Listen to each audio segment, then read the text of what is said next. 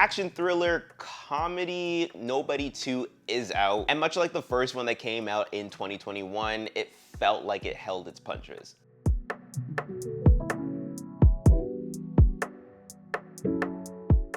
Bob Odenkirk is back as Hutch Mansell. He's on assassin assignments to repay the debt he caused in the first film. And if you haven't seen the first one, here's a quick recap of that. Hutch Mansell was trapped in the rat race doing these mundane routines and working this mundane job. To be honest, he was just living a very boring life. But one night changes all of that. Someone breaks into his family home and we learn that Hutch is not just a regular boring family guy. He has a few tricks under his sleeves and he has this other side living deep within him. Fast forward a couple days later, this other side gets pushed over the edge when a group of guys start causing havoc and Hutch unleashes his wrath upon them. One of the guys is the brother of a powerful Russian and I kind of hope you get where this is going from there. The first Nobody is a much tamed down version of like a John Wick Equalizer type action film, but it had its moments where I thought, wow, that was a cool scene. But back to Nobody 2. The events and conflict that Hutch had with the Russians have led him now to have this massive amount of debt, and he's working as an assassin to clear it off. And he decides he wants to take a little vacation with his family, so they end up going to this amusement resort type of place. And they find themselves in a town that is full of corruption, and Hutch's other side resurfaces. It was alright though. I personally thought that the first had a little bit more pizzazz to it because it was the first introduction to the characters and to the world.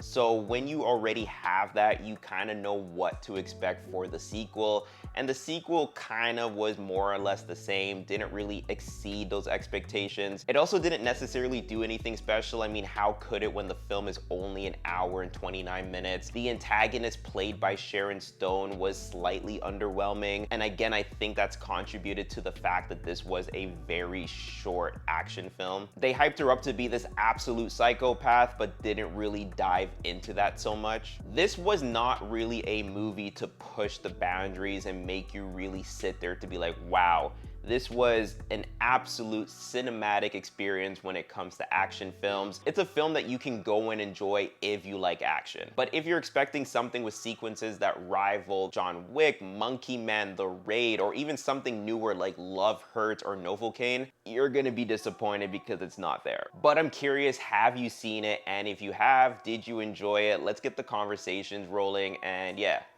that's about it.